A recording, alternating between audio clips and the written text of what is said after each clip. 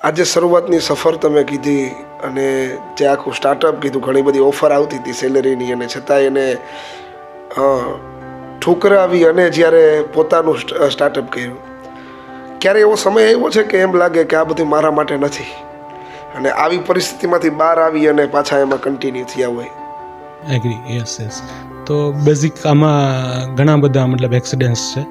સફળતા એક દિવસ મળતી નથી. આજના યુવાનોને ખાસ હું કહીશ કે એના માટે એક સ્ટ્રગલ કરવી પડશે. એ સ્ટ્રગલમાં તમે પહેલી જ ટ્રાય જો તમે સફળ થઈ જાઓ તો એવું ક્યાંય બ્રહ્માસ્ત્ર છે નહીં. આજના યુવાનોને ઇમિડિયેટલી રૂપિયા જોઈએ છે, તે રૂપિયા ક્યાંયથી આવવાના નથી.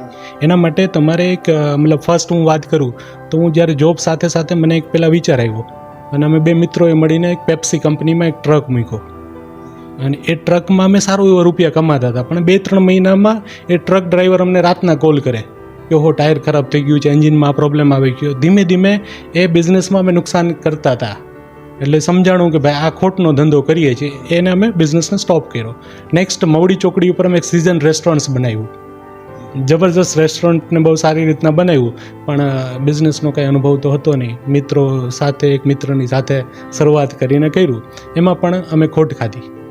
એટલે ધીમે ધીમે આવા બધા સ્ટ્રગલ્સ લાઈફમાં, ઘણા બધા સ્ટ્રગલ્સ થાય ને પછી જ તમને કંઈક પકડાય.